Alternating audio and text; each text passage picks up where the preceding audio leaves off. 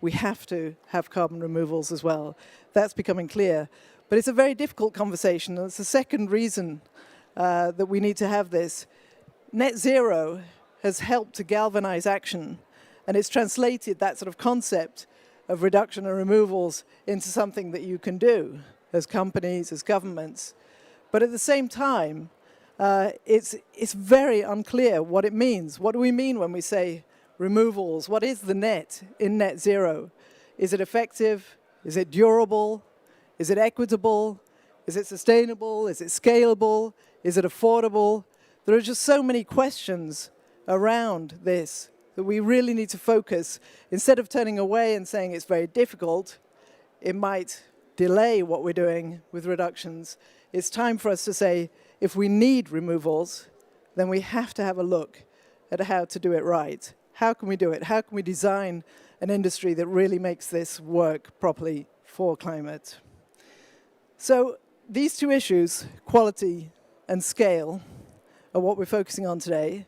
But we're going to give you a very, very different conversation than we've been having up until this time around removals. We've put together a panel of people who are going to have a look at these issues from a perspective that you haven't seen before. And to bring them, to bring the panel onto the stage, let me welcome my colleague and wonderful friend, Gabrielle Walker, who's going to navigate this conversation. Thank you. Thank you very much, Delia. Thank you. And thank you all for coming. So we were quite shocked, to be honest. I've been working on climate change for nearly 30 years, and I was shocked when I found out how big a gap there is, how much we've left it too late, and how many carbon removals we're actually going to need to be able to get to net zero by 2050. And the latest reports from the Energy Transition Commission is saying, brace yourselves, between now and 2050, we're going to have to take 200 or so billion tons of CO2 out of the sky just to be able to get down to that zero in 2050. We have left it too late, and I find that deeply shocking. And I was also shocked to realize that when I looked at how many carbon removals we've got going today, it's a few million, 2, maybe 3 million.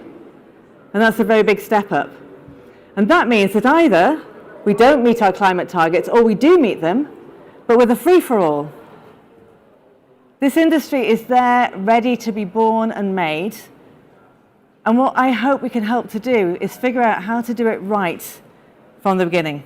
So we started talking to people about carbon removals. We listened and we identified 3 major fault lines in the whole way that anybody was thinking about carbon removals. And I'm just going to tell you those now because we framed a lot of our conversations after that around those 3 fault lines. And before I do that, I just want to have, this is a plea to you and an invitation, a warm invitation. So this is a warm invitation to everyone in the room to take your phones and put them in your pockets. If you need to take a call, do feel free to go outside, but bear in mind that there's probably someone outside who wants to take your chair. And we warmly want to invite you to be with us here now in this room for this conversation, because we're going to need all of you and everyone you know to be talking like this and thinking like this if we're going to be able to pull this off. Okay, so 3 fault lines. 3 fault lines they encountered. First of all, when you talk to people about carbon removals, very reasonable worry number 1, which is, if you talk about removals, does that take the pressure off reductions? Is it going to be another excuse? Is it reductions versus removals? That's what number 1. Number 2, nature versus tech. People think either trees or they think big futuristic machines, green versus chrome.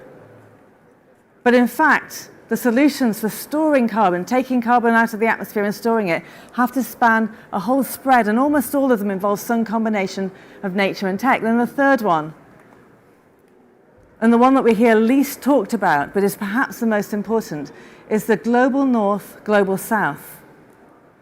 Carbon removals, especially anything that involves engineering, are often thought about as something for industrial countries or the developed world. So we've been trying to look at those 3 fault lines and say, can we actually have a conversation about how to bridge them and how to do carbon removals in a way that does actually bridge each of those 3 fault lines?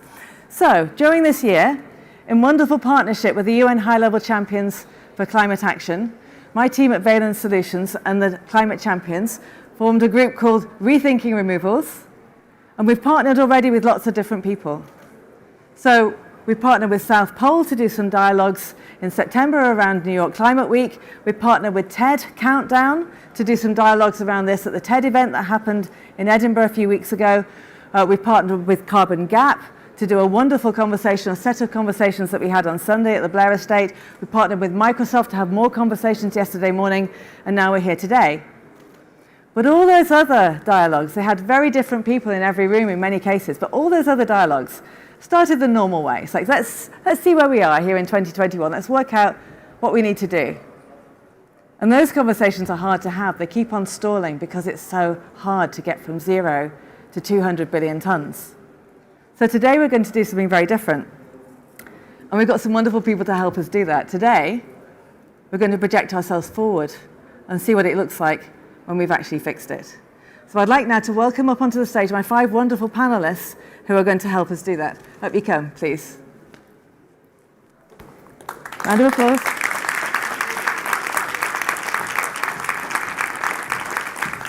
James. Nili.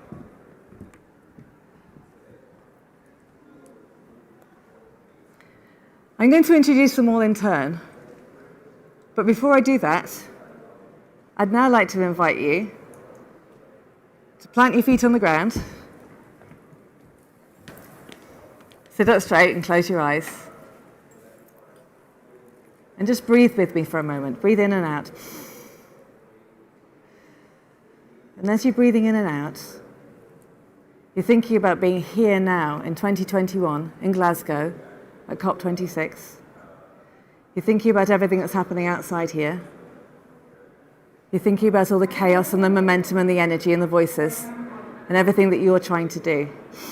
Breathing in and breathing out and feeling yourself here in 2021. Now, if you breathe in for me and breathe out, and this time, let go. Let go of where we are. And now, take yourself forward to 2050. We're in 2050, ladies and gentlemen, and I've got good news for you. We did it. We got to net zero.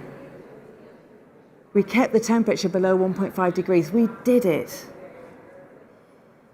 And we did it by reducing emissions, and we did it by removing that 200 gigatons that we had to have.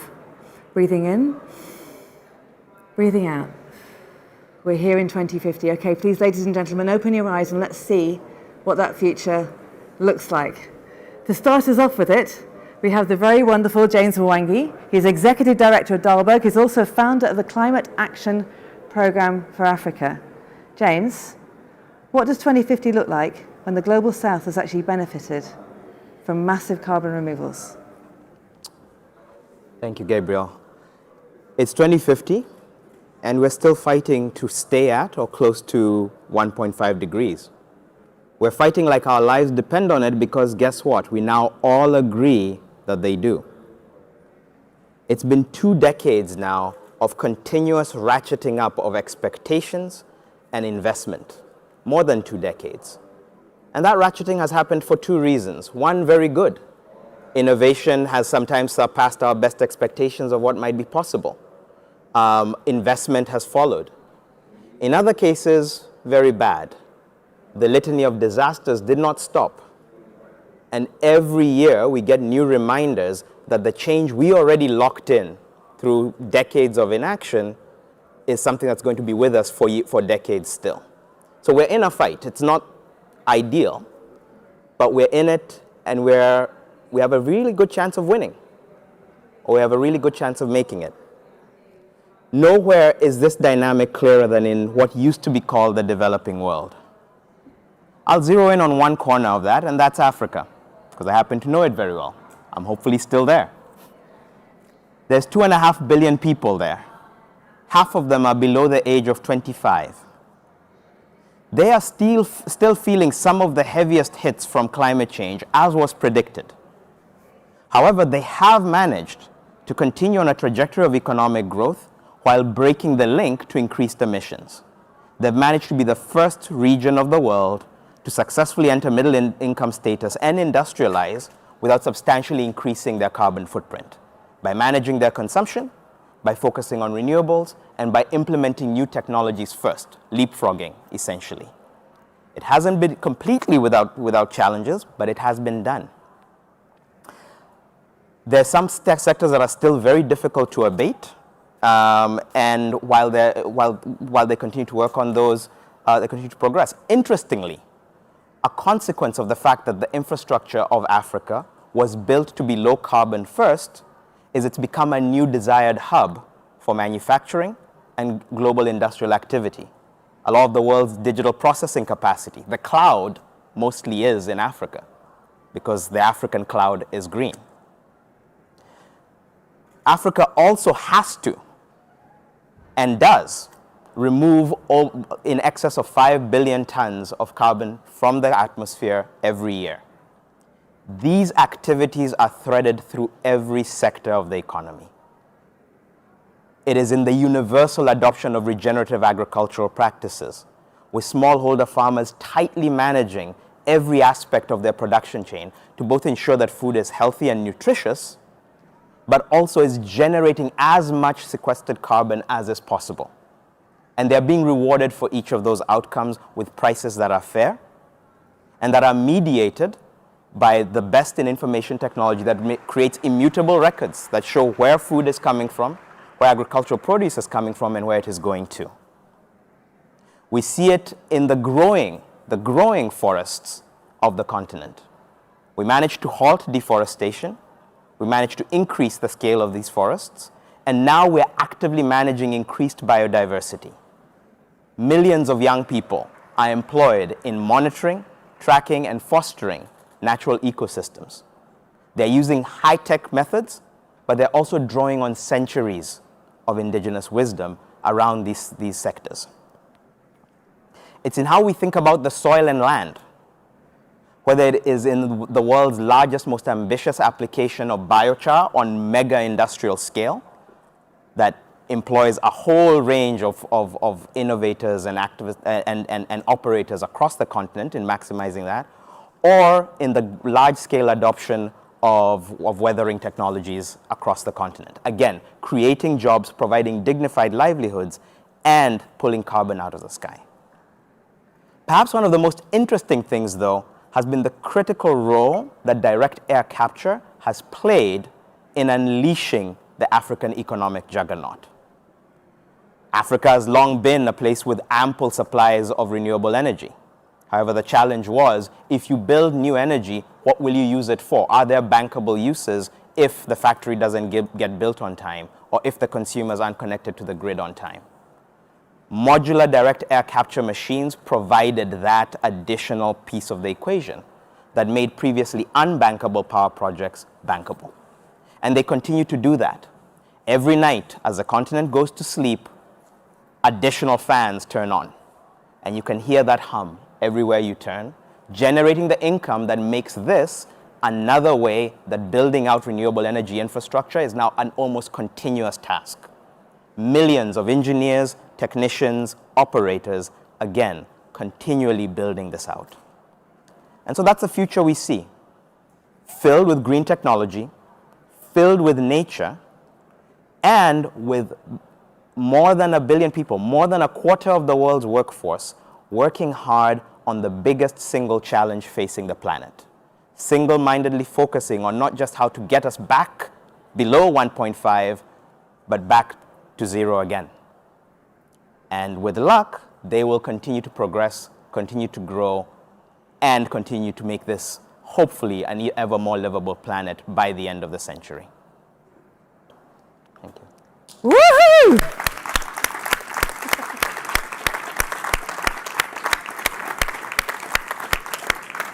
Hands if he likes that vision. Wonderful. Thank you very much, James. We're going to come back to some of the elements of that. So our next panelist is Nili Gilbert, and she's the Investment Committee Chair and Board Member of the David Rockefeller Fund. She is here, much to her dismay, to speak on behalf of the establishment. And she's going to tell us what the Global North has done in 2050 to enable this amazing vision. Nili. Well, as you can see, in the year 2050, the establishment has become quite diverse. And it's amazing to me, looking back, to think that once our world was so divided, divided across nations, divided across regions, and importantly, divided across hemispheres. It was the challenge of climate change itself that pushed humanity to rethink these divides. And ironically, given the limits that the free markets had once placed on equality, it was actually also the flow of capital that unleashed our new unity around the world. It was the flow of capital from north to south in the fight to save ourselves from the threat of climate change that ended up bringing us together. All the way back in the 2020s, we knew the math of solving climate through the arm of finance. We knew that it would cost $150 trillion to decarbonize our hard-to-abate sectors, and we knew that 2/3 of this capital would have to be invested in the global south. And so it became clear first that investors would have to overcome the home country biases that had traditionally characterized their investments in order to solve climate change and to save their own countries and regions. And that's what got all of this started. It was for that reason that at first, project finance began to advance significant green development projects all across the global south. At first, we just started on a 1-for-1 ratio, one project in Europe, one project in Africa, one project in North America, one project in South America. But then we finally got up to the 2-to-3 ratio that was required. And now today, the ratio has flipped, and we're making more investments in the global south than in the global north. It was back in 2022 that we started developing carbon removals facilities in the global south as well as in the global north, but in both hemispheres, these investments were at first de minimis relative to the overall investments that we were making across the green landscape.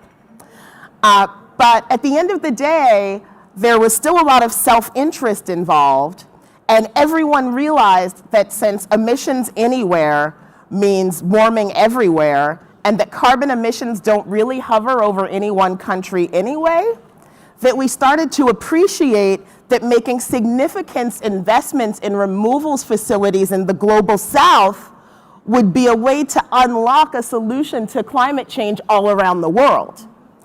And so then even as we were making investments to support the leapfrogging of the global south in across all industries for clean tech, what happened was that the South actually became the hub for removals and became the premier leader in the fight to save us all. And so today, the amazing result is that not only have we fought global warming, but actually we're starting to bend the curve. And today, we can see a future where the climate change is below 1.5 degrees. And what has also been the result of these amazing investments across the global south is that in order to achieve climate change goals, we had to achieve all of our sustainable development goals, because we realized that no one of the SDGs could be solved alone. And so we've been able to achieve our goals both for the planet and the environment, as well as for society and social justice at the same time. Awesome, thank you.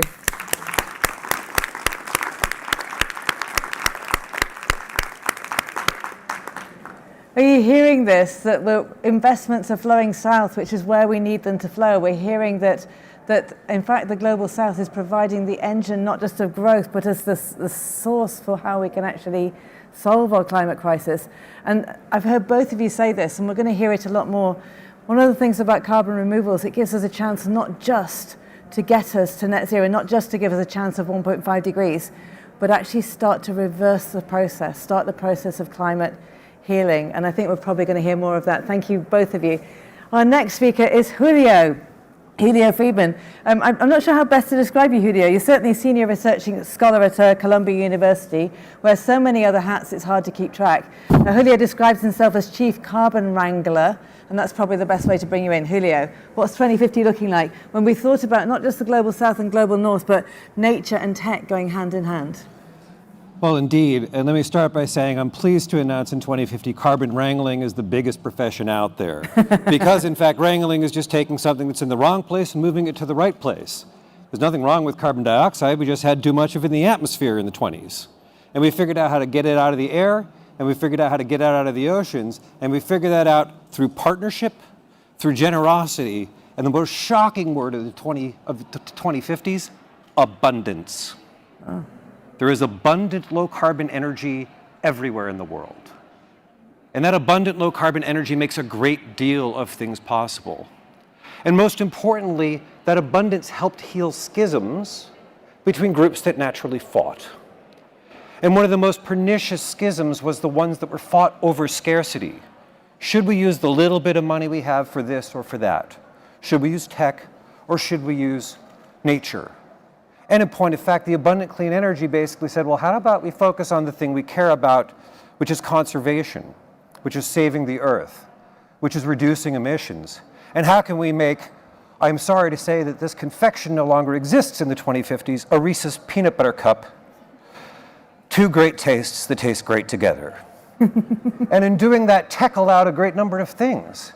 It allowed us, importantly, to measure the treasure. We could find where there were scams and lies. We could measure the biodiversity of the world. We could do it in real time and instantaneously.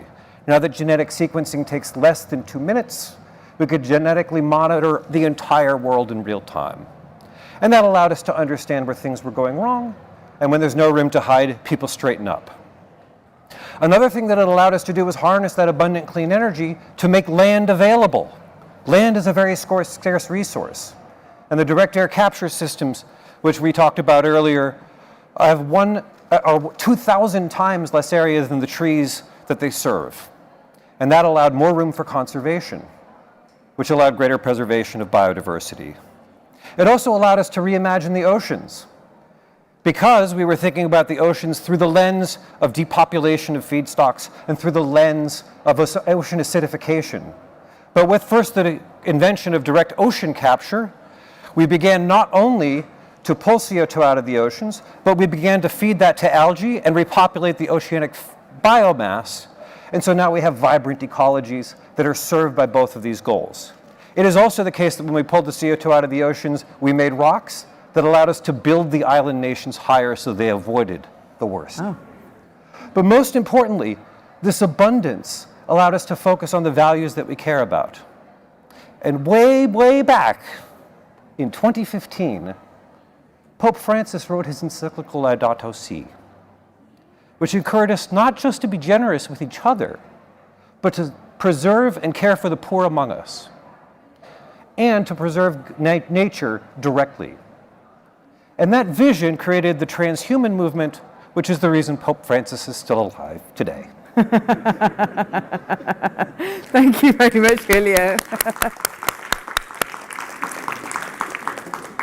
There's a lot to love in that, but the one that took me by surprise was actually storing carbon in rocks that can help to protect the low-lying Pacific Islands. But so much to talk about in there.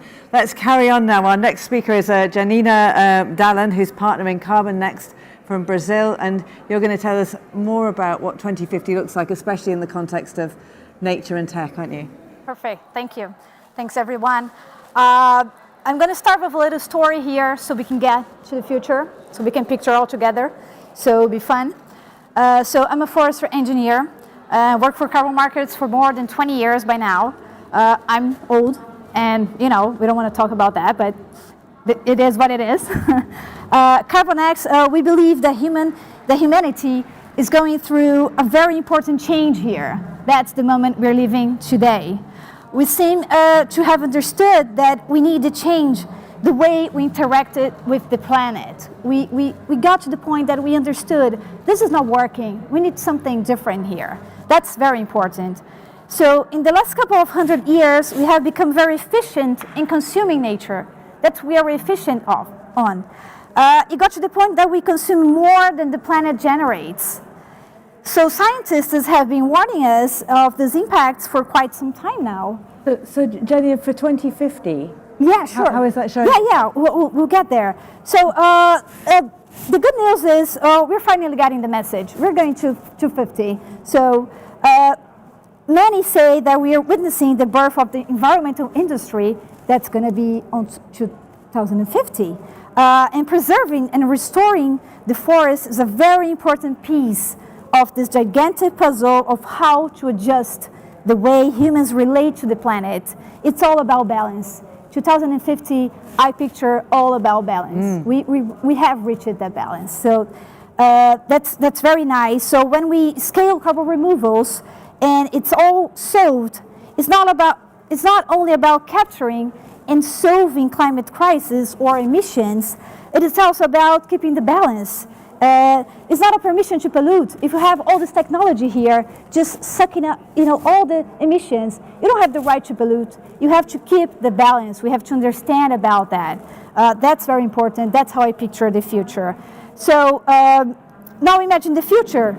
Now 2050, forests are completely integrated with modern society. We have learned that. We're good on that now. It's not about nature versus tech. It's all about nature and tech. They'll be combined. We can picture the forest communities developing and teaching people about the knowledge of the forest. Machines, artificial intelligence, universities in the forest. They're going to be in the forest. They're going to be out there. They're going to become part of the system. So that's going to be pretty nice.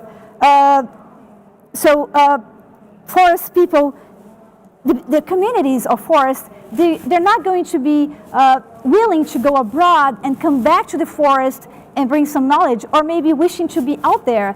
They'll be so happy to be part of the system, to be integrated to modern society, that they will be willing to show knowledge. The universities are going to be there, all the machines, artificial intelligence, it's all combined, it's all balanced now. We can see that people like you or yourself, you'll be willing to live in the forest because it's such a nice environment. You have technology, you have balance, you know how to live with forests. So that's how I picture it's all about balance, and the community being so proud to be, born in the forest, and being proud to be in the forest, teaching other people how to have that balance with nature. Wonderful. Thank you very much, Janina.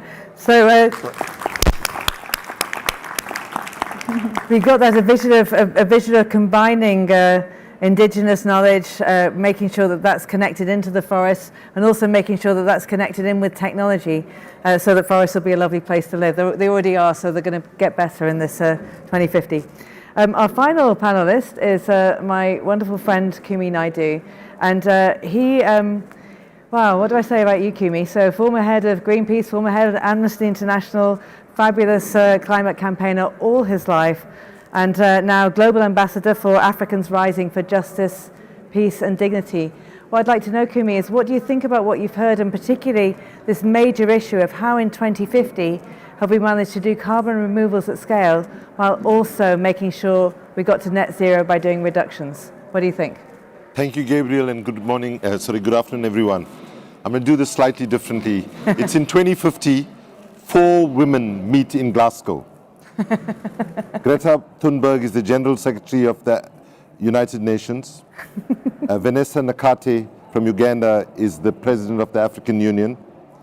Disha Ravi is the Prime Minister of India. And Nikki Becker is the head of the Inter-American Development Bank in Latin America. And they come to Glasgow and they say, let's look at what's happened. And they say, wasn't it great that Mary Robinson said that this COP in 2026 was male, pale and stale. And isn't it wonderful that 4 of us are now leading the world together with other women? They say,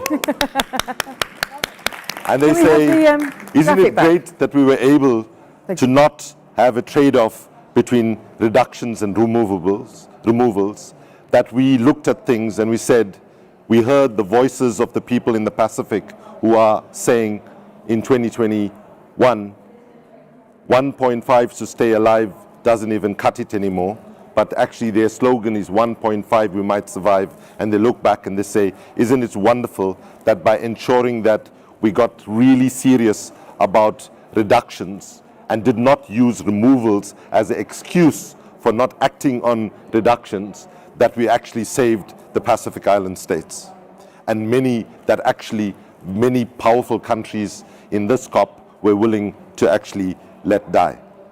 Then they say, we were very skeptical about where things were. We heard, for example, there was a launch at this COP of the Global Carbon Removal Project that put 5 principles: durability, performance, social and environmental equity, transparency, inclusivity. They said, you remember how we said we heard it all before and we were like really skeptical? And then they remind themselves that how they fought so hard to include a 6th principle, which was intersectionality, to ensure that all the different issues were connected. And they look back and they say, it's been really, really difficult to get there, but we actually managed to get there. And the reason we got there was, we dealt with the issue of moral hazard, and we said, we have won the battle by this COP in 26, that there was no going back on reductions, and that if we were to save other countries who were vulnerable, we needed to get serious about removals. But then they say, but remember what we needed to do to actually make removals work. We needed to do something that most people in power were not willing to do, and thankfully we succeeded. We convinced them that we cannot simply do removals within the current broken economic system that we had in 2026. That we pushed for the economic system itself to be changed, the transport system to be changed, the energy system to be changed. They celebrated the fact that they were able to do something that was not done after a big global financial crisis in 2009, where what they saw from those in power was only system recovery, system protection, and system maintenance. They celebrated the fact that they used the COVID pandemic, which exposed to the world that we had vaccine apartheid, and also confirmed that there was climate apartheid, and therefore they said we were able to actually get the big systemic changes that we needed. That there was no way we were going to have carbon removals or reductions with the current economic system. And they said we have also not only dealt with the question of the threat of carbon and climate, but we also dealt with the threats of deep inequality, systemic racism, and all the intersectional struggles and injustices that are fundamentally committed to the question of addressing carbon. Then they said, but imagine, you remember how hard it was to actually deal with the question of what is an adequate and a fair and a scientifically independent carbon removal strategy. And they said, we fought really hard to make sure that not just the industry players, like how the oil, coal and gas industry behaved as cowboys for decades and decades, but we made sure that we pushed for an independent scientific verification of which carbon removal strategies meet the needs of people and actually delivered. And they took pride in saying, yes, we fought really hard to make sure that the IPCC would have a voice in terms of signing off on different strategies, not leaving it just to those who might financially benefit from some of those technologies. Lastly, they said that what we've also done is we've interconnected removals and reductions with building a true circular economy. And then they laughed and they talked about a guy from South Africa who used to make a bad joke about how, in fact, when he went to speak to the African Union in the 2020s, he pleaded with them, in the 2090s actually I did it, he pleaded with them, he said, you know, in Uppsala in Sweden and Bristol in England, they run their buses on feces. otherwise known as shit, poo, crap, whatever you want to call it.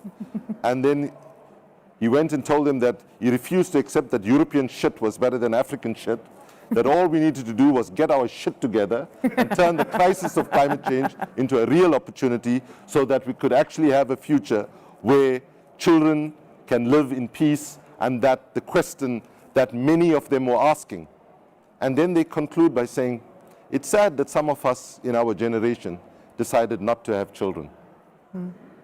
And that's a question our young people are dealing with right now. They said it's sad that many of us decided not to have children because we thought we would never turn things around. And then they say, thankfully, the generation of young people today don't have to answer that horrible question that we had to ask. Should we have children or not? Because we have, by using aggressive reduction strategy and a thoughtful, transparent removal strategy that did not exclude indigenous people, did not exclude frontline communities, we have turned things around, and children today in 2050 don't have to deal with that awful moral question. And then they went outside the SCCC, and just for fun, they went and said, blah, blah, blah, blah, blah. Thank you. Woo!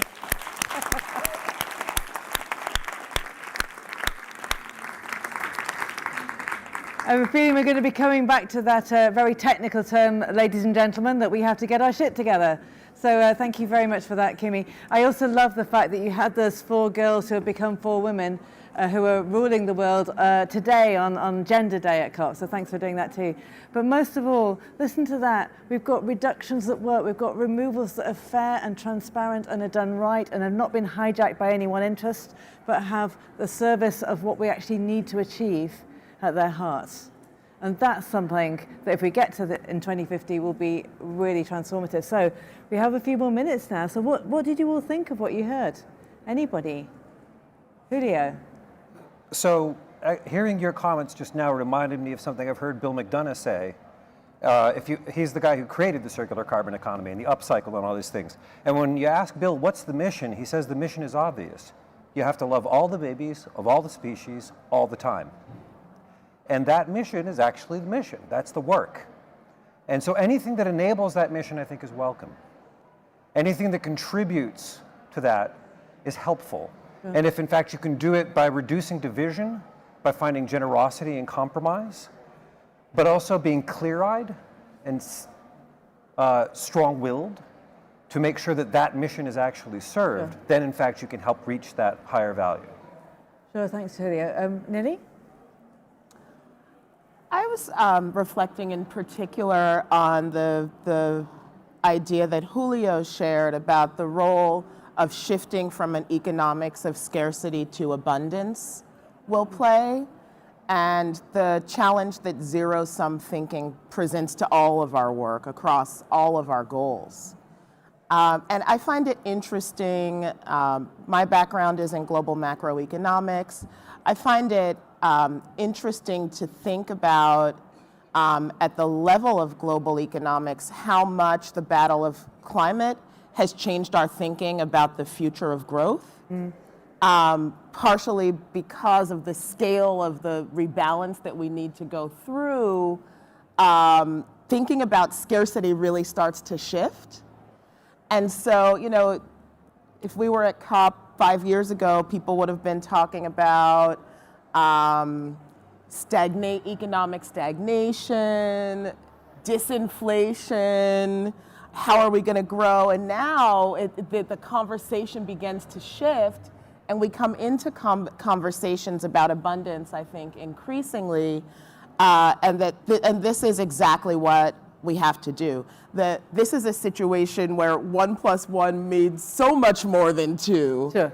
And so the old zero-sum thinking, I think, is really being challenged, not just in rooms like these with very progressive thinkers, but even in the halls of the world's largest central banks. Fantastic, thank you. Can I invite you all to stand up now, all of you, please? Because I don't know if you know this, some of you haven't seen this, but this has been being drawn by the very wonderful Irena. Can we have a round of applause for Irena, please, who's been drawing this? So come over here and have a look. This is the future that you've just been describing. This is the 2050 that we're now in. So what do you think of it? What do you see? What's missing? What do you like? It's very green. It's very green, isn't it? yeah. What else? So something that Kumi highlighted for us all Yeah. was the need for a shift in the economic structure itself. And I think that links to the point around the end of scarcity. The whole notion of abundance is the idea that energy moves from being a resource that you take out to being a technology. Right. So it's not extractive anymore. It's not extractive, and it grows at a predictable rate. It begins to compound on itself. And so how do we bring that? Our entire mindset is anchored around how we distribute and manage within scarcity. How do we change our mindset to one about how we allocate abundance? And this particularly in the whole field of renewable energy, and that's where, Kumi, you were talking about the match between emissions reductions and removals, and the growth of renewable energy is utterly essential to both. You can't do removals without large-scale renewable energy. You can't do reduction of emissions without large-scale renewable energy. And you have this money that's driving its way down from the global north to the global south in order to stimulate both of those things, right? And generate that abundance. What else? So, Go, Julio, go. so I think the shift of mindset, the biggest shift of mindset, the word consumption was used by at least two of my fellow panelists. And what my four heroes, sheroes, also noted that actually the worst disease that humanity was facing in the 21st century was not, in fact, COVID, but was actually a disease called affluenza. Affluenza. Where people were led to believe a good, meaningful, decent life comes from more and more and more material acquisition. And they celebrate a shift in mindset, which said that people actually had better lives because they were spending more time in nature, more time with family, more time with community, and actually were consuming in a different way that was ensuring that Earth overshoot day that didn't get shot every year in April, May, but actually that nature was able to rejuvenate in a way that meant that we were generating more than we were taking out of the environment on a yearly basis. So I've had to say, I've been talking about and thinking about carbon removals for most of this year, and I have never heard it talked about like this. The idea that carbon removals is a way of rethinking the way we engage with the world, a way of rethinking how we can actually think about abundance and nature. I'm going to invite you all to come over here at the moment. Come over here. Jana. Yeah. Jana? No, yeah, I was just going to make a comment that it's really interesting that everybody here about carbon removals, and when we talk about tech versus nature, it's very interesting that we see everyone touching the nature topic. It's in everyone's minds. So it's very interesting to see that the future we see. It's always about nature, so it was very interesting to see that. And particularly that nature and tech. I'm going to close this down at the moment. We're going to finish now. I want one last comment from each of you, just one very brief comment, and then you're going to stand in front of the future you've made and have a picture taken. Good. This is your future. So first of all, very, very briefly, what's the one thing you've taken out of this conversation now for building this future? Remember, we're still in 2050. What's the one thing you're most excited about? But the thing I'm most excited about is the thing that's missing from this picture, actually, which is we make things in a whole new way. There are foundries in the future. There are building materials that are made that make roads and homes and all these things, but they're made from carbon dioxide pulled from the air and oceans. They're made from bioengineered materials that reduce the scarcity. The buildings of the world look completely new, and that's gorgeous. Fantastic. Irena, can we please have some buildings that are made out of CO2 that's captured? She'll do it magically. She's awesome. Nili, what's exciting to you about this vision? I think that when you work a lot on climate pathways starting from today, it can be sometimes discouraging, that it seems hard. But when we start at the future with a vision that we can all see ourselves in and then figure out how to live into that, not only can it be more inspiring, it may actually change the nature of the future that we're trying to build and the steps that we're taking today. Fantastic. Let's make sure it does that. Jana? Yeah, I was just going to add that, like Julio said, maybe it's missing there that a lot of technology, we see a lot of green, but technology is going to be integrated on that. So technology could be something that it's going to add on that. We're going to have a lot. Fantastic. And we can see the buildings coming. Yeah. Magically. That was great. James, What excites you? I'm excited to picture a 20-something-year-old young lady or woman in this era whose entire socialization, education, all of her ideas are around what's the next big idea to enhance nature. That's what I want to innovate around. That's what I want to be entrepreneurial about. That's what will shape my role in society, is coming up with just my tweak to make this just hum a little bit better. Great. And shifting all of humanity's ingenuity towards this makes everyone better off. Great, thank you. Kumi, what In excites you? 2050, we're not talking about the global south and global north, that in fact, humanity has finally come to the understanding that the climate crisis actually can be turned into an opportunity, and was turned into opportunity for us to break the divisions between north, south, east, west, developing and developed, because so much was at stake, so much was at risk, that we were able to fashion a new way where in fact the equality that exists between nations across the world was very different, and that our continent had united. We had one currency, like not the euro, we had an afro, not the hairstyle, right? And that Carbon back. our people could travel throughout the continent, and that migration, where it was necessary, was not as restricted as possible, and generally people were happier, and they had more fun, they had more music, they had more art, they had more culture, and they spent time not as obsessed with work and pressure like current people are. Woohoo! And all of that, ladies and gentlemen, because we focused on carbon removals. You mentioned that. Come on, come and stand in front of your creation and let's have a picture taken here. This is your future. That is great. There we go. Ladies and gentlemen, thank you very much to our panelists and the Thank future you. they've created. Thanks, Gabrielle. Thank you. Wonderful moderation.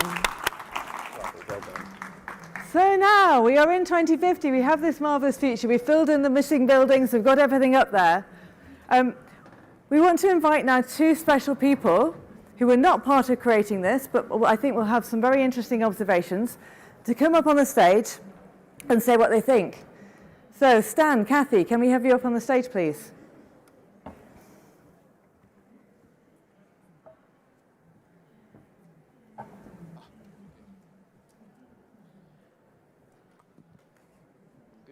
Lovely to see you both again. So here we have, ladies and gentlemen, the Futurist and the future. Our first speaker here is Stanley Robinson. I'm a very big fan of his. He's obviously a brilliant science fiction writer. He wrote the wonderful Ministry for the Future. His practice very much projecting into the future and thinking of what it might look like. And then we have the very wonderful Cathy Li. And I need to check your title exactly because it's really cool. So COP26, One Step Greener, and UNFCCC Gender and Youth Constituencies. So can we have the future back up on the screen, please? Thank you.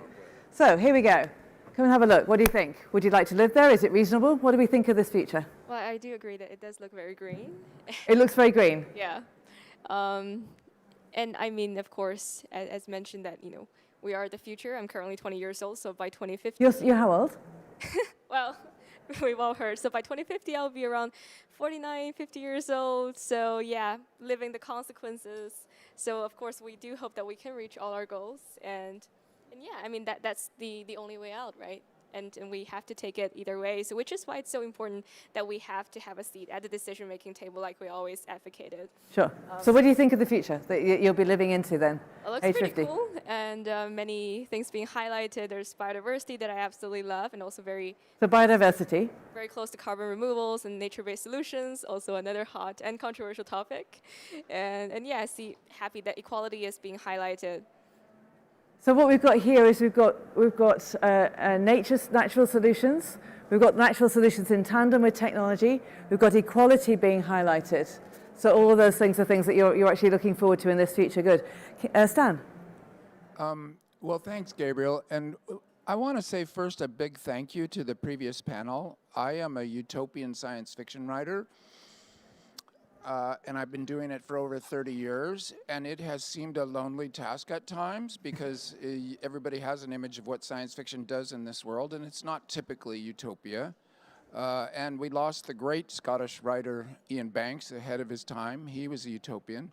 Ursula Le Guin died after a long and productive life, the great mama bear of utopian science fiction. And it should not be a solitary daydream of a writer sitting in his garden imagining there could be a better world. It should exactly be the collaborative work that you organized with all these speakers drawn up like this.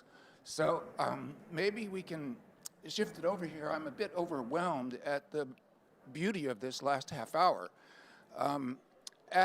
Now, it's funny, I've often thought that utopia is a name for the thing that won't happen. It's perfect, it's an end of history, it's probably a bad idea, and a lot of people attack it on that basis. If you think of it as a name for a positive road of history, it gathers some force. And I've always treated it on that basis, following H.G. Wells, who redefined what utopia was in his magnificent work over 4 decades, 1905 to 1945, which were not good decades for utopian thinking, but he persisted. So a dynamic road of history, you can get to this. It's physically possible, it's socially possible, and I've always been interested at the interface of the start of it. So we're in this world now. It's not that world yet. It could get there. How do you start? So long way to get to your question. I like dignified livelihood and jobs, and I'm wondering where the bank is and how it works in this picture, because it's got to be funded, and that's precisely what's coming to grief in this 2 weeks here at COP26, the sharing of the necessary expenses to pay for the work that will be dignified livelihoods, will be full employment for this planet, for everybody on it. There's that much work to be done. This is what we've got, Stan. We've got money going, investment from the global north to the global south. Yes, that's good. I mean, most of the capital's in the north, and this is a result of colonialism. It's a bad thing. But money is so sticky, capital doesn't want to give it itself away. And so this is why I've often been talking about this week and previously, and in my novel, The Ministry for the Future, about a carbon coin, that the central banks, the Fed, not just private investment, the central banks of the world have to create new money that is distributed and paid out in the South for decarbonization work. It's sometimes called carbon coin, it's sometimes called carbon quantitative easing, because we know what quantitative easing is, and central banks can do it. I'm not talking about cryptocurrencies here. I'm talking about the central banks making new money, not giving it to the private banks to speculate with in their usual way, but actually to spend for people's dignified work to decarbonize. Yeah, so absolutely. I hope that will work. Kathy.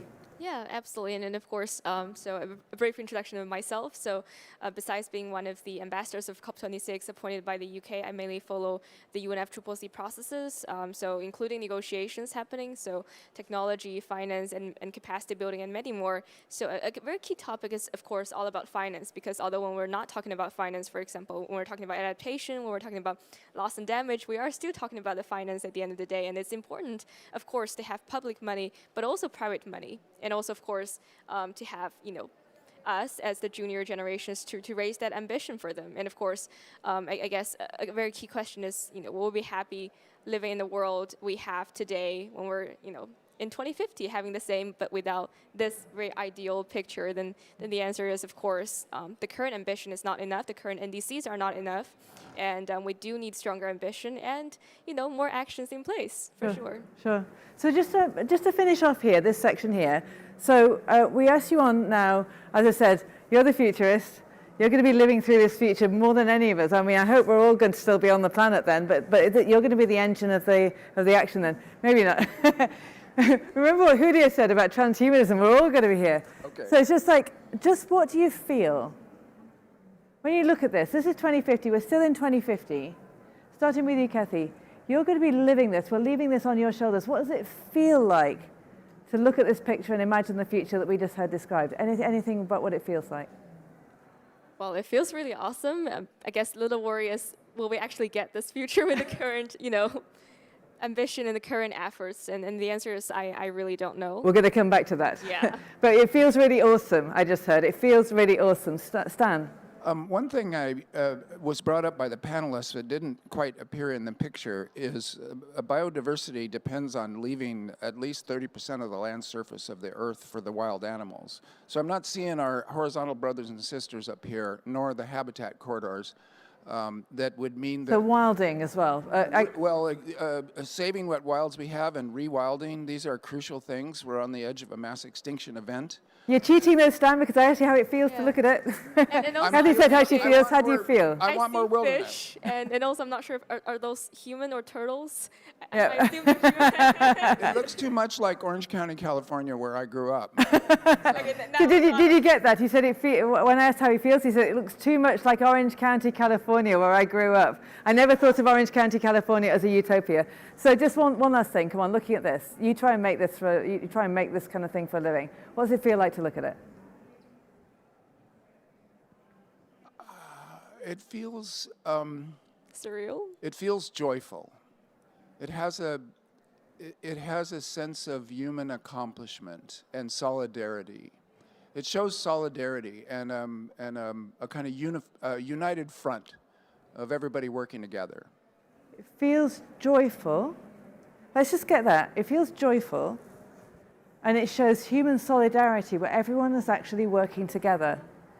That's one of the hardest things we're facing, particularly in the whole field of carbon removals. It's my technology versus yours. It's reduction versus removals. It's the south versus the north. It's this versus that. But this looks joyful, and it feels like it has solidarity. Let's take those two things from 2050, and shortly, I warn you, brace yourself, we're going to come back to 2021 and see how we make it happen. But in the meantime, thank you very much to both of you for that.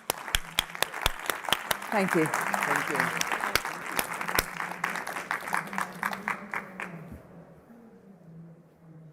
So, I'm going to invite you again to put your phones in your pockets and plant your feet on the ground.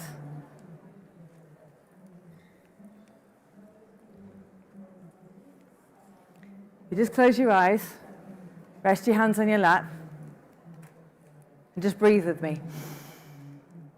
Breathing in, breathing out.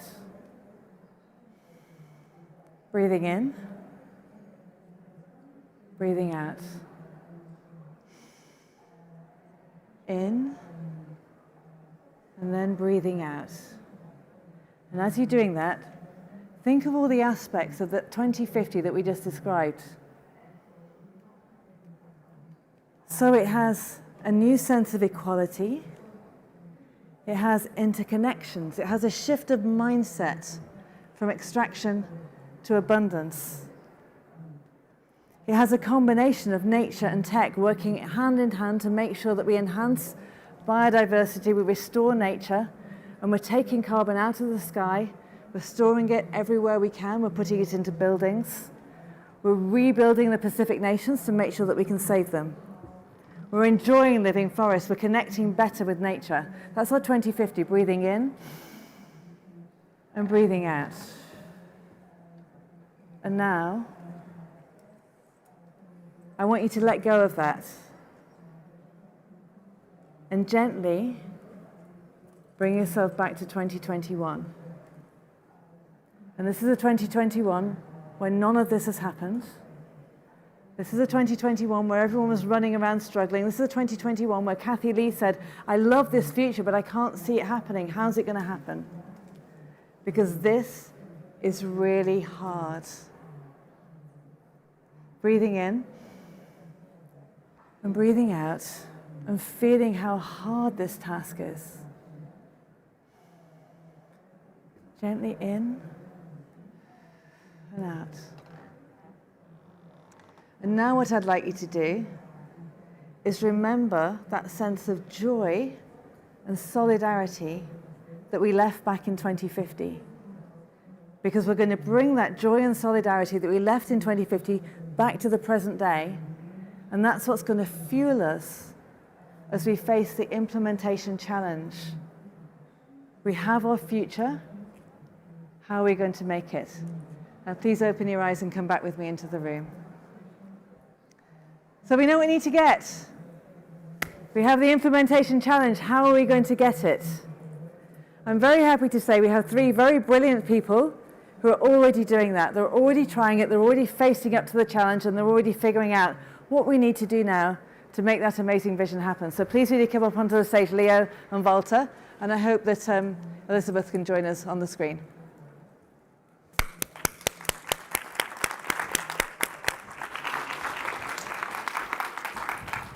Elizabeth, you're very welcome. And you might need to unmute yourself. Are you with us? Hello. Oh, wonderful. Fantastic. So, take a seat, please. So how do we do it? I mean, how do we do this? You heard what Cathy was saying. It looks wonderful. It looks fabulous. It's full of joy. It's full of solidarity. But how the heck do we get from here to there? So I'm going to introduce each of you in turn and just ask you to make some comments about that. And then hopefully we'll have a bit of time to discuss. So we're going to start with Walter. Walter Schalke is the CEO of Suzano in Brazil. Has already, in this pulp and paper factory, has already been figuring out how to take up more carbon than he uses with paper. So Walter, how do we implement this? How do we make it happen? Gabrielle, thank you very much for the opportunity to be with you. But I would like to come back to the November 9, 2050. And I would like to announce to you that my first granddaughter is going to be completing her birthday on that day, 29 years old. Because my daughter is going to deliver tonight. This is the reason that I wasn't on the phone. Wonderful. Congratulations. Wow. I'm so happy. And I would like to talk about the previous panel. I was dreaming about the future, what is going to be her life when she's going to be 29 years old. And I'm very pleased to be here, and I'm very optimistic about the future.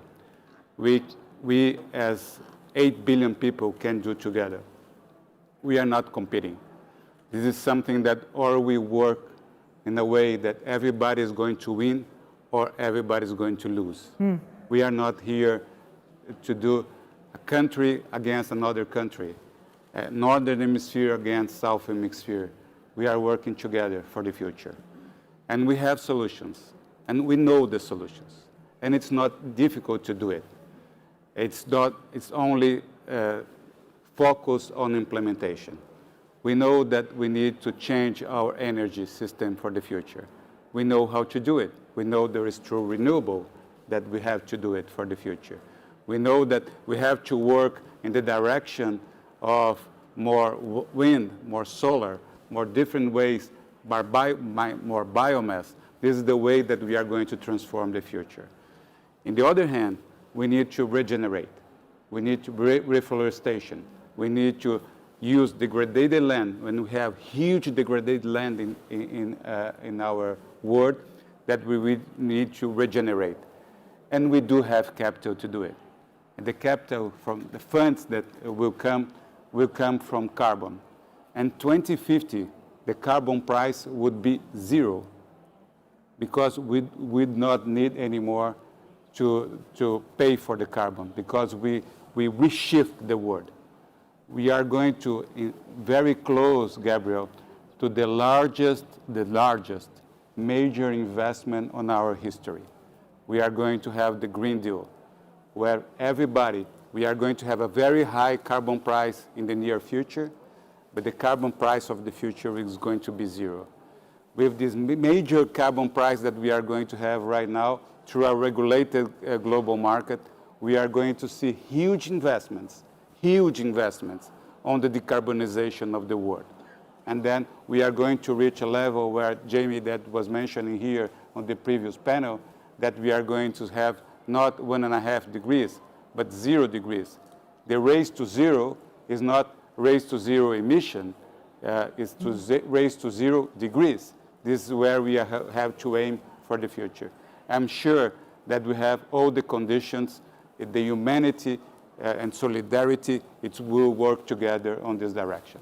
Wonderful. I love that concept that the race to 0 is the race to 0 degrees, not the race to 0 emissions, that we actually reverse climate change. Just let me ask you, Walter, so in the work that you're doing, how do we implement this? How do we actually start this process of getting carbon removals, getting carbon dioxide out of the sky and storing it? I know you're doing some of this already in your work. Yeah, I'm not here to advertising about our company. We are carbon negative. We are in the few companies in the world that is carbon negative right now. We have 1.5 million tons, 1.5 million hectares of planted forest. We are 100% based on planted forest. In addition to that, we have 1 million hectares of natural forest that we are preserving. But we can do even more to that. We want to regenerate. We need to do it for the future, and we believe that this is part of the solution. Another part of the solution, we are going to use trees to replace other materials, to replace fossil materials. We are going to see trees right now replacing textile market. Viscose is one of the examples, but we have several other examples that we are going to do it for the future. And we are going to increase the addressable markets. But here, we need to discuss the other part of the equation. It's how we are going to reduce emissions. And it's very easy.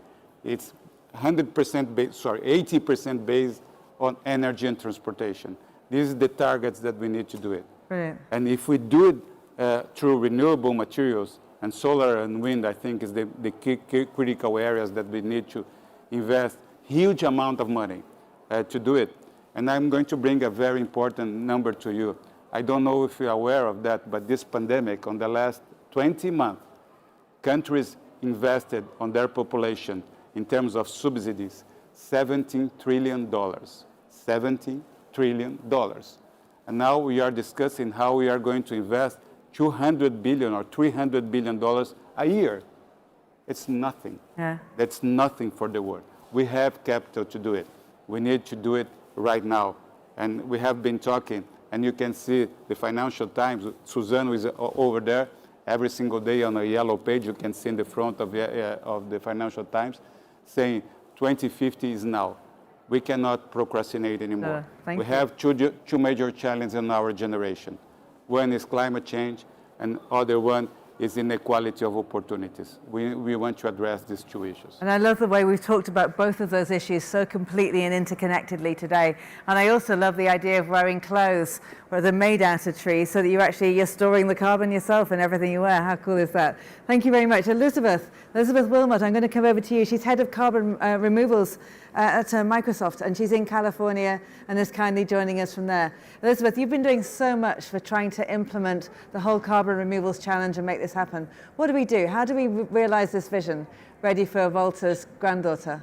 I love this notion of working backward from the future, starting with the practicalities today. That's the philosophy that I live by, that our team has adopted to address our own carbon negative commitment. And for us, it really starts with the science of what it will take to not only avoid climate catastrophe, but even more positively to achieve climate equity and climate prosperity. This is not easy, and I appreciate Cathy's sobriety in thinking about this, because we have to start with some very big steps over the course of the next decade.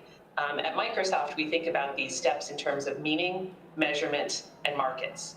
First, with meaning, we need a commonly accepted standard definition of not only net zero, but of carbon removals, so that we can all mean the same thing when we say those phrases. Second, we need clear units of measurement for how any investment in net zero activities works to stabilize our climate.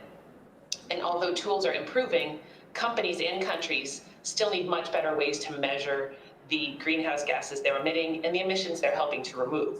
The Washington Post had an excellent article on this topic just 2 days ago, finding that countries' climate pledges have a long way to go in terms of data accuracy.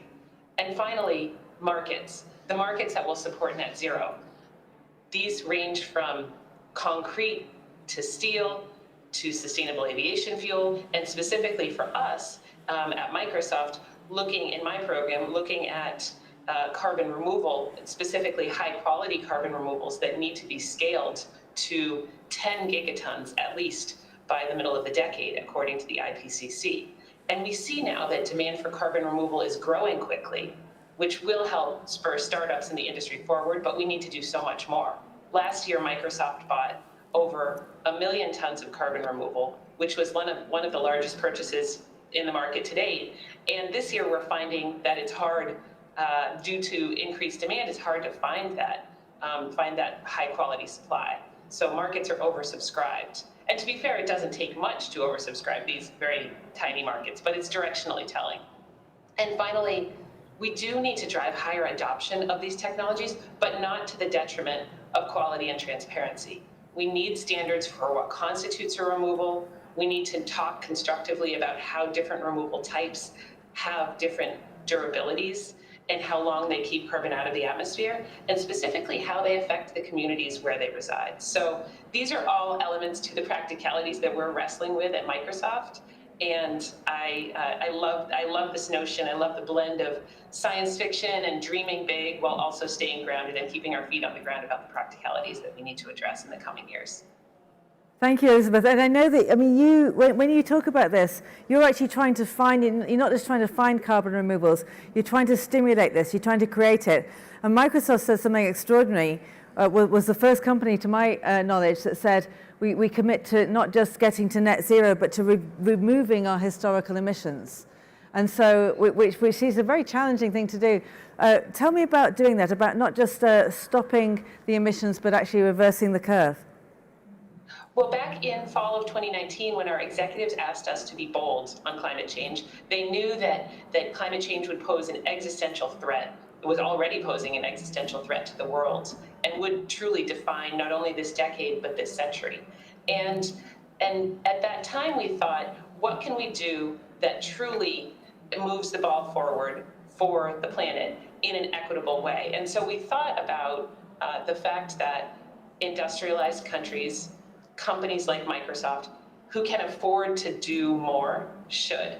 And we reflected on the history of the fact that industrialized countries have put more climate pollution up in the atmosphere by a wide margin than others. And so we really thought hard about actually taking our fair share of the puzzle and of the problem. And that was the origin of that part of our pledge. And indeed, it's going to be hard. We're already finding that the market, as I said, the market is oversubscribed. So it's going to take quite a bit of market development through investments like our Climate Innovation Fund makes, and through others that we're starting to see, other investment funds that start up. So this is carbon removals, not just as an immediate strategy or a pledge to get to net zero. It's almost carbon removals as a moral obligation. This is a responsibility. We put this in the air, we need to take it back out again. What goes up must come down, right? Exactly. And so for us, it's really, truly waking up every morning thinking, are the projects that we're supporting truly doing what they say they're doing? Are we doing what we say we're doing? And then we take that, and we're actually also reflecting as honestly as we can in an unvarnished way on the lessons learned that we have, and both our successes and our failures. And so we've published a white paper on the first year of our carbon removal program that reflects on the sort of flaws and foibles of not only the market but ourselves. And so we think that that's really important and really crucial, because in this moment in time, we can't afford to be strictly competitive. We have to be collaborative as well. Wonderful, thank you, Elizabeth. So our final panelist is Leo Prieto, who's the CEO of Limu in Chile. He's really a very brilliant entrepreneur, and he's going to bring in an aspect of tech that I don't think we've quite thought about in the whole carbon removal space. So Leo, over to you. Well, Gabrielle, thank you very much. As we've been hearing from all the panelists, this is a massive challenge, and I don't want to downplay the challenge, but I am very optimistic, and I really believe that we're doing good progress. I'm seeing that progress. We have the privilege of living in a time, in an era where science and technology are allowing us to do almost anything we can imagine. At the same time, we live in an amazing planet with a wide variety of life forms, life that only exists in this part of the universe as far as we know.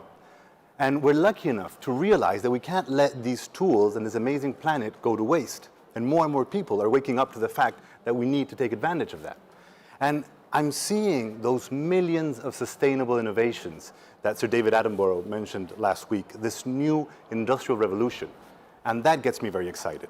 And I'm lucky enough to be working with an amazing team building one of those innovations, which is Limu.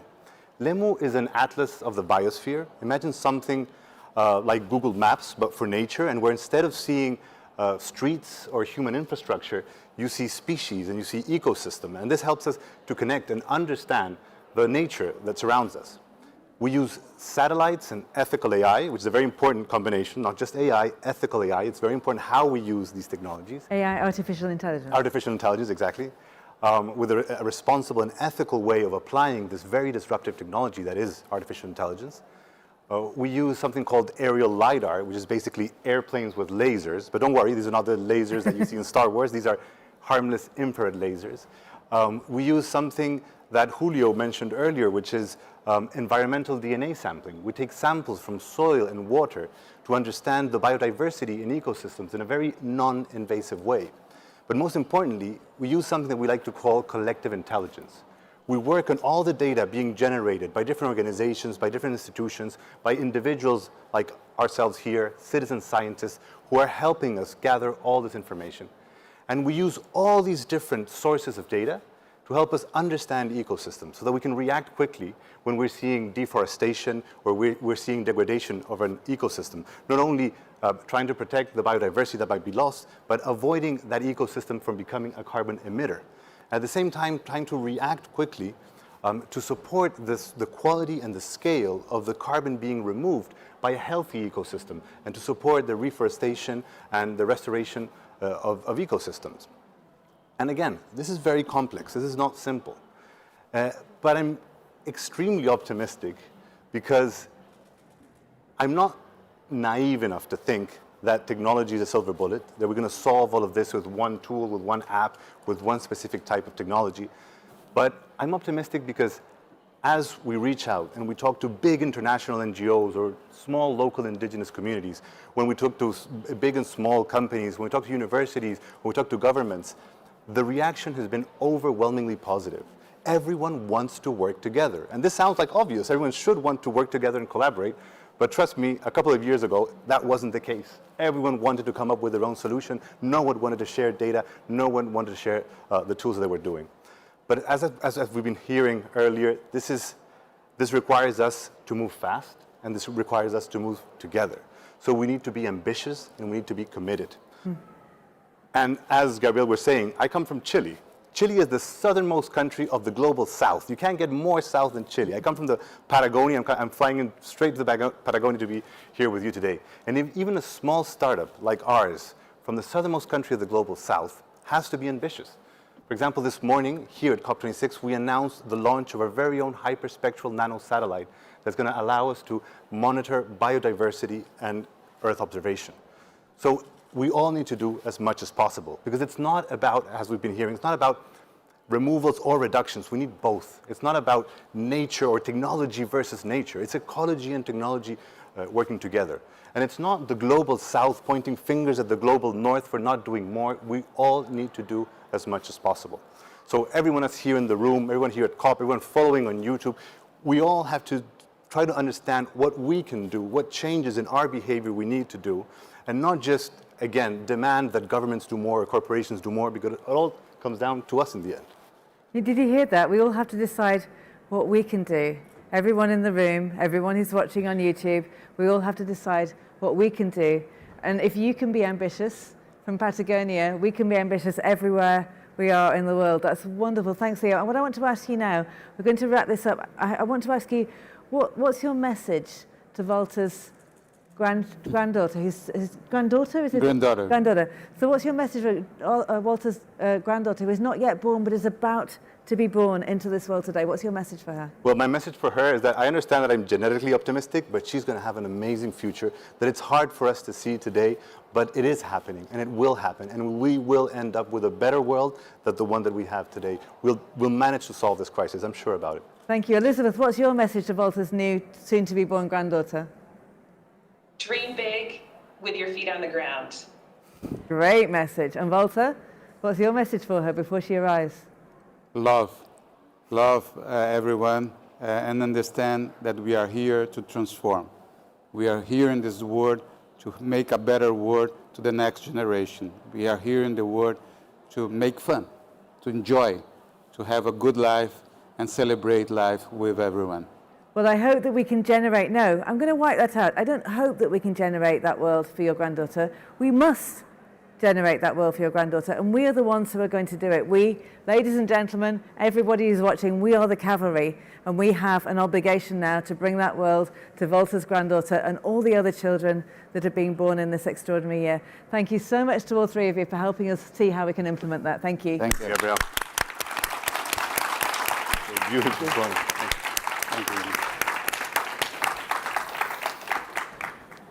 And finally, so that was quite something. We've got quite a lot to get hold of there.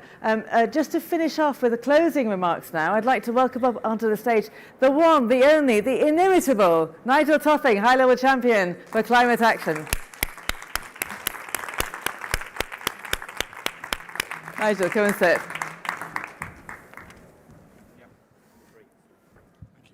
So, blimey, what did you think of that? Walter's just blown my mind. You know, my job is to push everyone.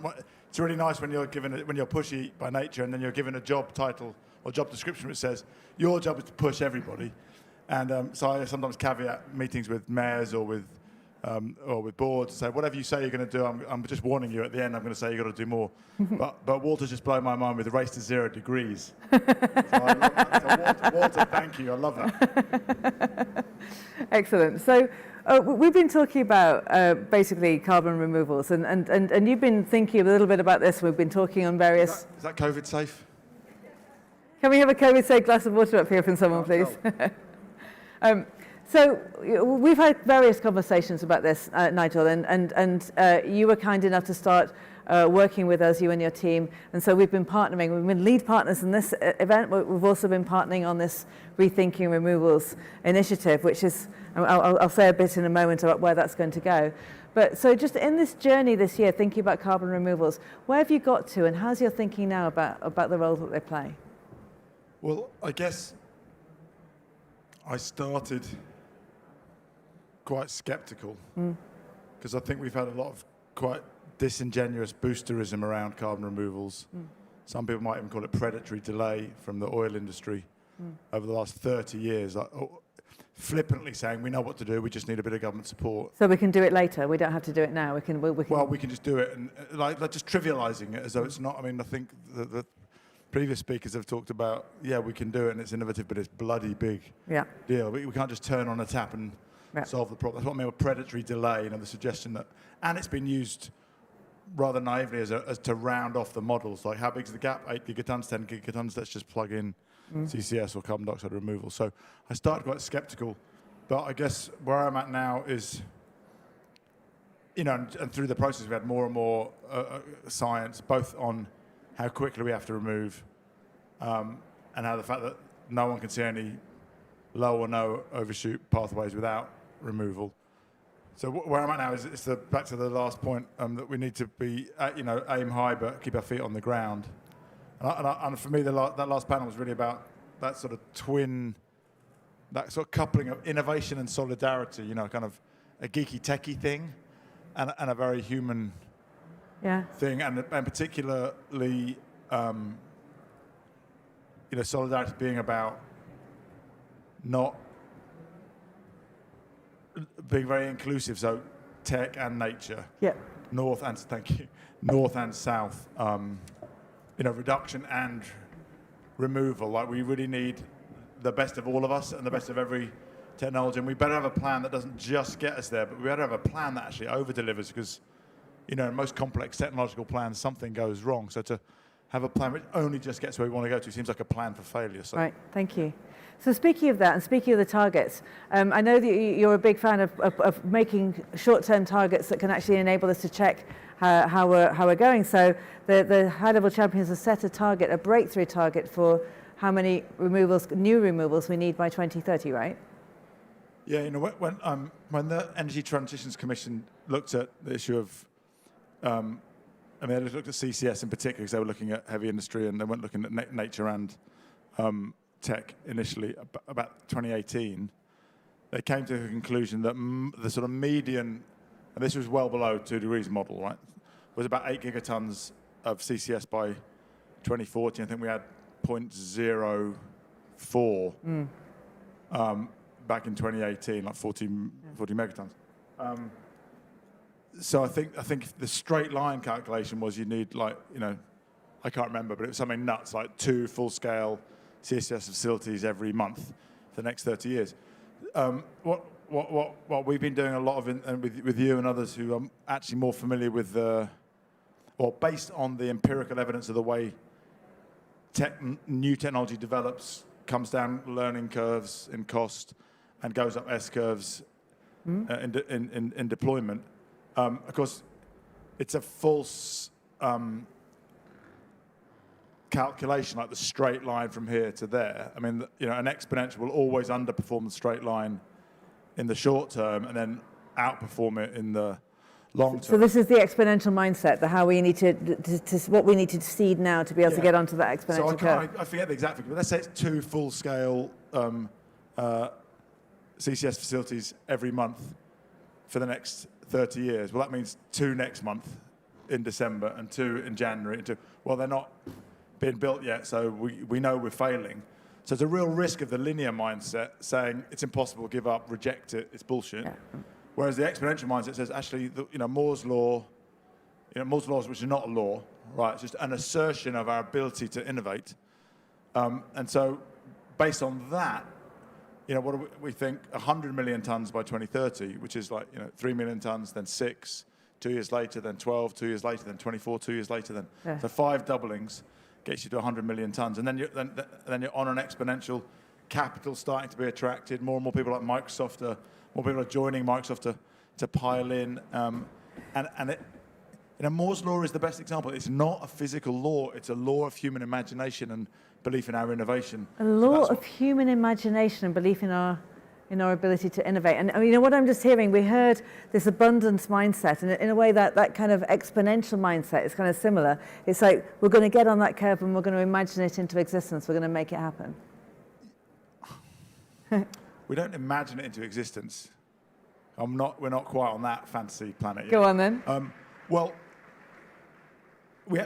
The imagination leads engineering breakthroughs always. You have to, somebody has to be crazy enough to believe that something might be possible to try to make it happen.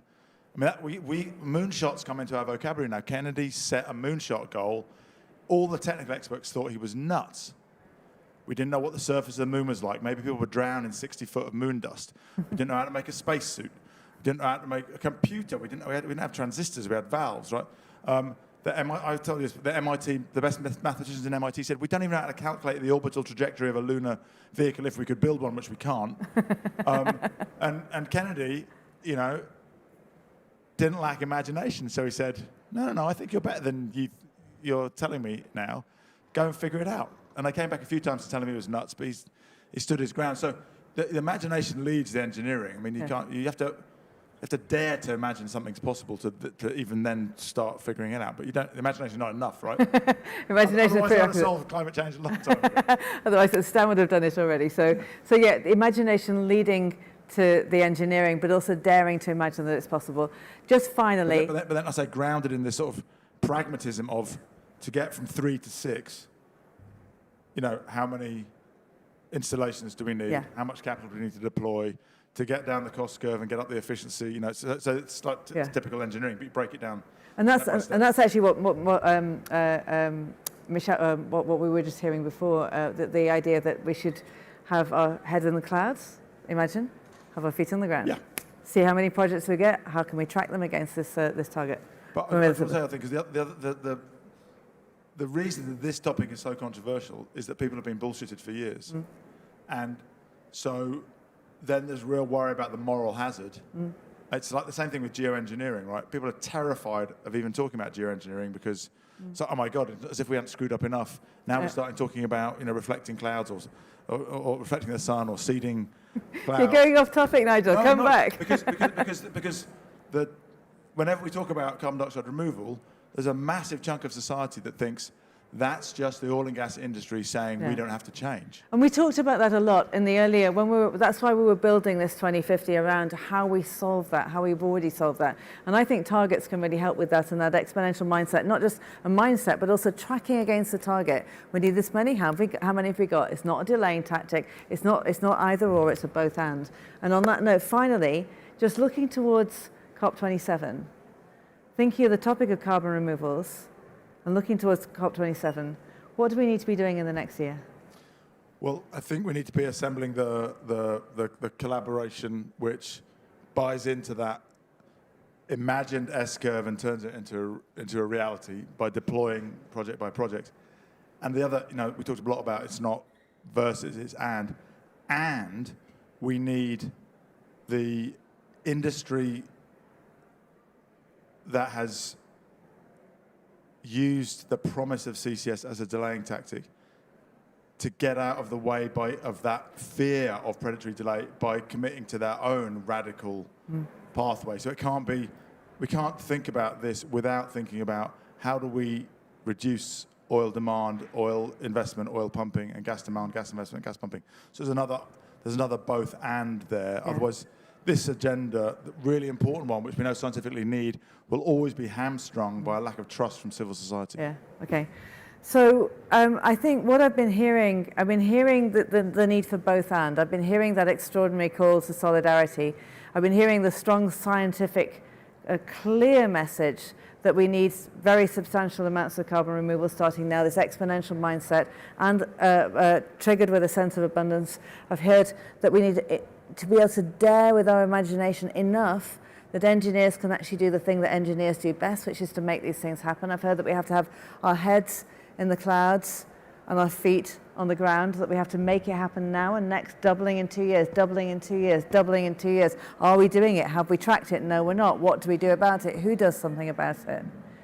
And I've also heard that when we do this, because we must do this, and therefore we will do this, ladies and gentlemen, in 2050, we are making a world that we can be proud of for Volta's granddaughter and all those other children that are being born in the next month or two that's left of 2021.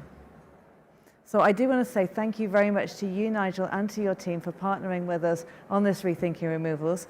I want to say thank you to all of our wonderful panelists today and to the fabulous Irena who's been drawing for us.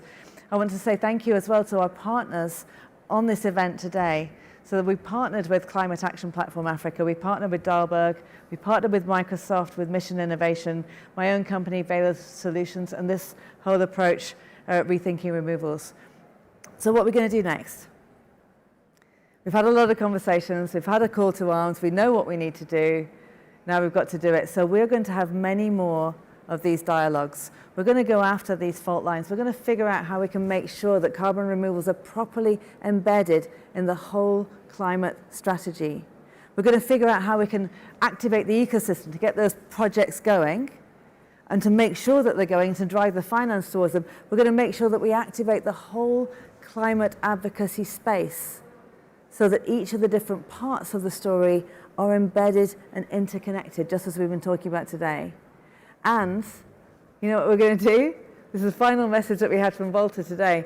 He said love. It's all love and joy and peace and happiness. That's all great. We're going to have fun. We're going to have fun doing this, because if we're having more fun than the rest of them, they're all going to want to join. And then we'll fix it in the end. Thank you very much, ladies and gentlemen. Thanks for joining today.